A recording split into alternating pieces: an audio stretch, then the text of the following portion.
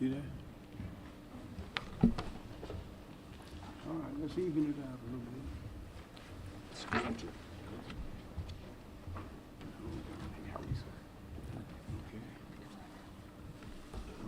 Ready, sir? Yes, sir. All right. Good morning, and welcome to our winter weather preparedness update. I'm Kim Stenson with the State Emergency Management Division, and we have several experts here today to discuss winter weather operations and individual preparedness. And I'll begin by discussing individual preparedness. We typically expect winter weather in January and February here in South Carolina, but now is the time to get prepared. We learned many lessons during the last several years with winter weather, and we've developed a separate winter weather plan, which has been validated during several fairly recent winter weather operations. We're prepared to respond to winter weather, but we need everybody to be their own emergency manager, and we have several tools to help build a plan and help with that, and that's our mobile phone application, and then also our website at scemd.org. The mobile app called South Carolina Emergency Manager helps build a plan, keeps track of supplies and find shelter locations, and it can be downloaded at Google and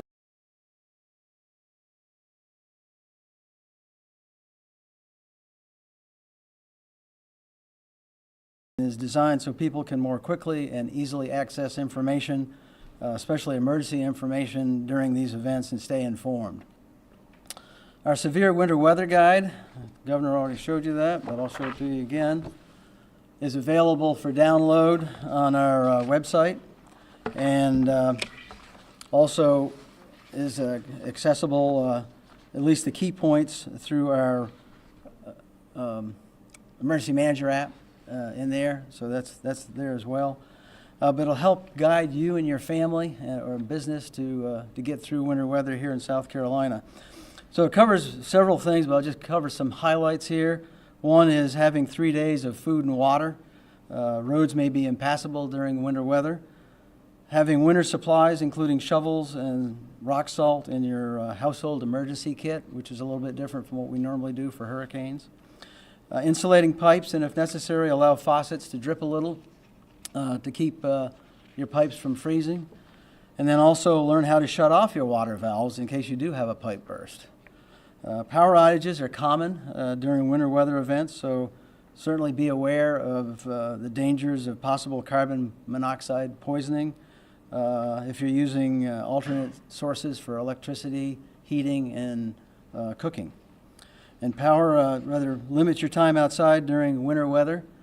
Small children and the elderly are especially vulnerable for the effects of winter weather. And also don't forget to have a plan for your pets and your livestock. Finally, keep informed about the weather by monitoring trusted news sources and signing up for emergency alerts. And in conclusion, we encourage you to go to our website and mobile app and get prepared for winter weather. And I'll be followed by Tricia Palmer from the Weather Service. Yes, sir. Hey. Good morning, everybody, and thank you for being here today. My name is Tricia Palmer. I'm the Warning Coordination Meteorologist at the National Weather Service in Greenville, Spartanburg. As we head into another winter, it's important for residents and visitors to the state to keep in mind that winter storms can and do affect South Carolina, with impacts from snow, sleet, and freezing rain. Additionally, it's important to be mindful of extreme cold. Lengthy periods of below normal temperatures can cause impacts to infrastructure, pets, and livestock, and of course can be extremely dangerous for us if we do not take precautions to prevent frostbite and hypothermia. Now, NOAA's outlook for this upcoming winter season is calling for warmer and drier than normal conditions on average across South Carolina. Now, this is due to the presence of La Nina conditions. La Nina is a large-scale weather pattern influenced by below-average sea surface temperatures in the central and eastern Pacific. This typically causes storm systems to track north of our region during the winter. Although La Nina winters tend to be warmer and drier on average, other factors influence our weather from day to day and even week to week. Within the course of the winter, cold outbreaks and individual winter storms are, of course, still possible. The most recent example of this is just last year when we were in a weak La Nina and we had a record-breaking January snowstorm that spread all across the South and even impacted South Carolina from the Low Country to the Grand Strand. Now, back in January of 2022, the state experienced 3 winter storms in a row, each affecting sort of a different portion of the state with significant impacts, again, despite the La Nina conditions. So while the overall average this winter may be warmer and drier, keep in mind that all it takes is one winter storm to make it a bad winter. So please prepare now so that you and your family will be safe this winter season. Our meteorologists at the National Weather Service will issue watches, warnings, and advisories for winter weather conditions as necessary, with a focus on expected impacts so you can make informed decisions for your safety. You can always find your latest forecast and any winter storm information at weather.gov. Thank you. Good morning, everyone. I'm Brigadier General Hyman with South Carolina National Guard. South Carolina National Guard is prepared to support civil authorities in response to emergencies caused by winter weather. Our soldiers and airmen are prepared, trained, and ready to respond to any situation that might arise. We work hand in hand with the South Carolina Emergency Management Division to provide critical support as requested by local, state, and federal agencies, whether it's clearing roadways, manning points of distribution, or assisting first responders. In an event of severe winter weather, we are ready to deploy our personnel and resources to assist our communities. The citizens in South Carolina are an important part of winter weather preparation. When you are prepared, you help protect our communities. We encourage everyone to prepare ahead of time by stocking emergency kits, staying informed, and having a plan to stay safe during winter storms. South Carolina National Guard remains in constant coordination with the South Carolina Emergency Management Division and other agencies to ensure we have a unified response to winter weather challenges. Thank you. Thank you, sir. Woods. Good morning. I'm Rob Woods, Director of the South Carolina Department of Public Safety.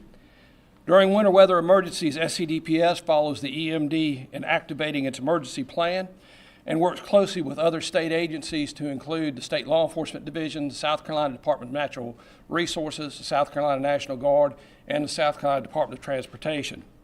Our goal is to prevent collisions and keep motorists from being stranded in hazardous winter conditions by ensuring that people are well informed and properly prepared before they travel.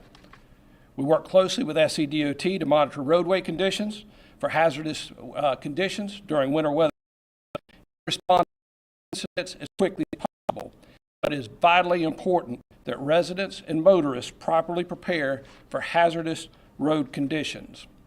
Before winter weather hits, thoroughly check your vehicle, paying close attention to your tires, to your brakes, and ensuring that there's adequate fluid in the vehicles and that all the lights on the vehicle are operational. As with any severe weather event, we always encourage residents to stay off the roads until the hazard passes.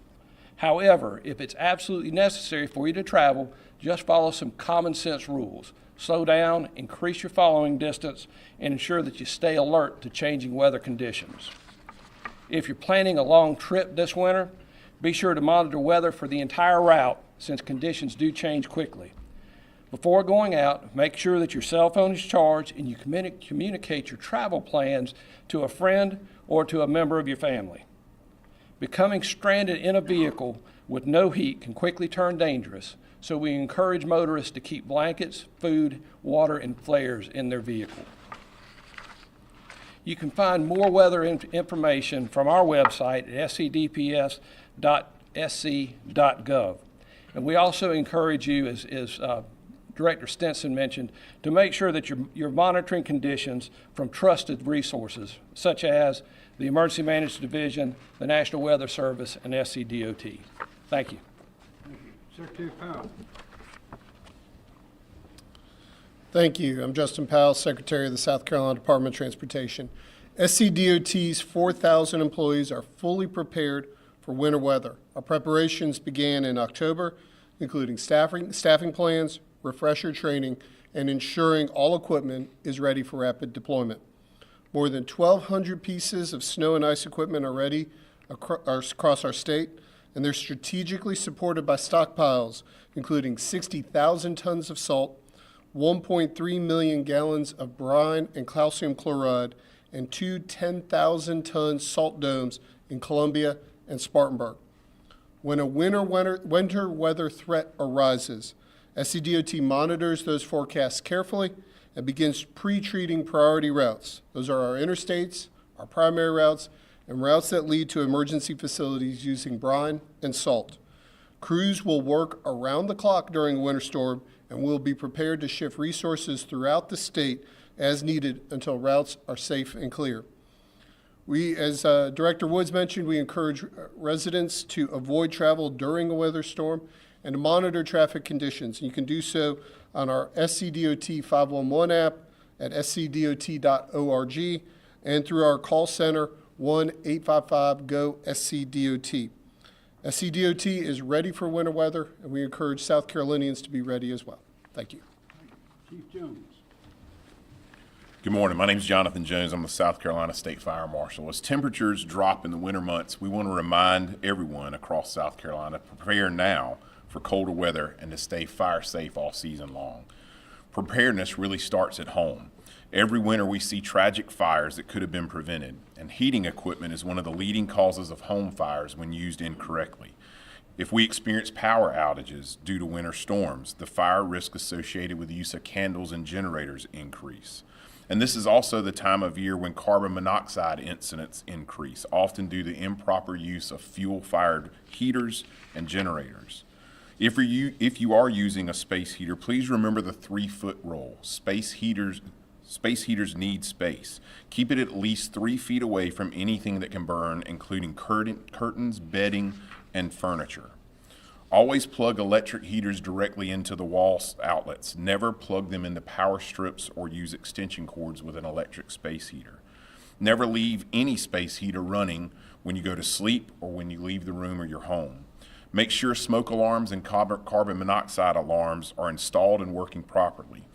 Replace all the alarms in accordance with manufacturer's instructions, and specifically smoke alarms when they are over 10 years old. For those of you that are using fireplaces, burn only dry, seasoned wood and use a sturdy screen to prevent embers from escaping, and let the ashes cool completely before placing them in a metal container outside. If we do experience a winter storm and the power goes out and you're using a generator, it must never be used indoors. Always use generators outdoors only and at least 20 feet away from windows and doors. Never run a generator inside your home. When refueling a generator, please remember to turn it off and let it cool completely to prevent a fire. Fire prevention and preparation really go hand in hand.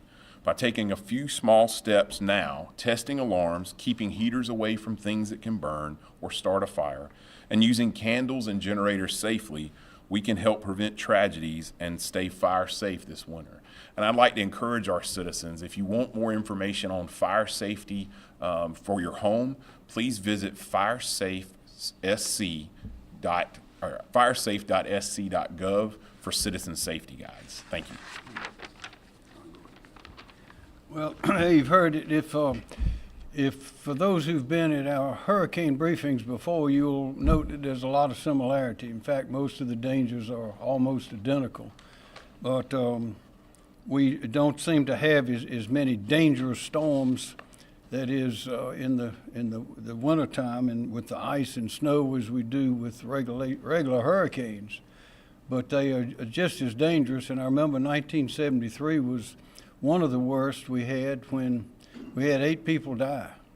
And all the reasons, they're all the same. You had people with heaters in confined spaces. You had power lines that were down. You remember very often in the hurricanes, particularly Helene, we had power lines down in the upstate around Greenville, Spartanburg, and all along the west side of the state. And of course, the power companies couldn't get there because you had live lines that had been knocked down in the streets and all tangled up all over the place by the tree limbs that were falling and trees that were falling. But the same kind of things can happen with an ice storm. The weight gets on those trees and down they go. So although we have not had as many serious ice storms and winter storms as we have hurricanes, we have had some very bad ones that we have had even more damages than some of our hurricanes. And we don't want to have that happen again. So the time to get ready is now. I bet that a lot of people don't know how to turn their water off, where the main valve is for the water. A lot of people are unfamiliar with how to run a gas heater inside a house. People usually don't think about having plenty of medicine, the medicines that they may need if they can't get out of the house for several days, which is quite possible. Most people have not been riding along a perfectly good highway and not realize that all of a sudden they were on a patch of ice and the car was spinning around in the road and going off to cause great damage to themselves and property. But it could happen, and it will happen again. So what we're urging people, just as we do for hurricane time, is to be careful, be prepared, understand that it can be dangerous, and we don't want it to happen to any of our people. So I have a proclamation. Thank you. Thank you, Mr. Nelly. And I will read it. There it is. It says, State of South Carolina, Governor's Proclamation. South Carolina is vulnerable to various types of hazardous winter weather, including cold temperatures, snow, ice storms, freezing rain, sleet, and black ice. And whereas severe winter weather can cause injury and death through hypothermia, frostbite, heart attack. People go out and shovel snow and have a heart attack. Happens often in other parts of the country. We don't want it here. Traffic accidents and other related causes. And whereas severe winter weather can interrupt electrical and communication services to homes, schools, and businesses. And whereas the state has experienced severe weather, including ice storms resulting in significant damage, power outages, and loss of life. And whereas it is critical now for residents to take the time to prepare their loved ones and safeguard their property before a severe winter weather event. Now, therefore, I, Henry McMaster, Governor of the great state of South Carolina, do hereby proclaim November 30 through December 6, 2025 as South Carolina Winter Weather Preparedness Week.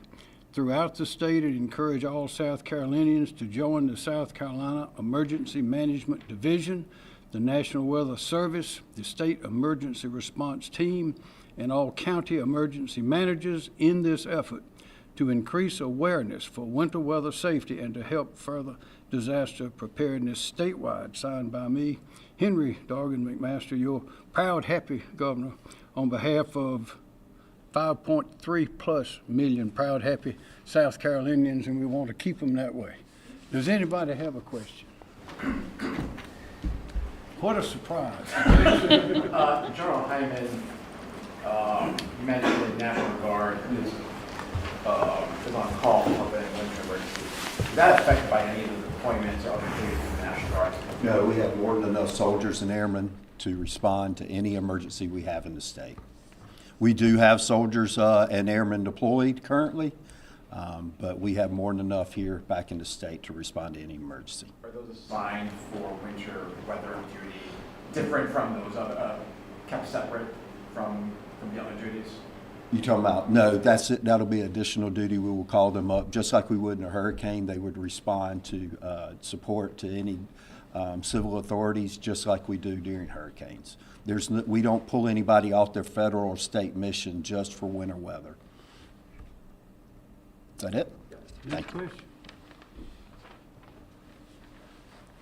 Next question. Anybody up here have a question or anything we left out? All right, want to thank you for coming. Want to urge everybody to be safe. Remember your animals. They got to come inside. Get your medicine ready. Let your friends know where you could be, your family, if you're going somewhere. And be very careful when you go outside in this weather. And let's don't have anything we have to be very sad about. So thank you very much. We can go now.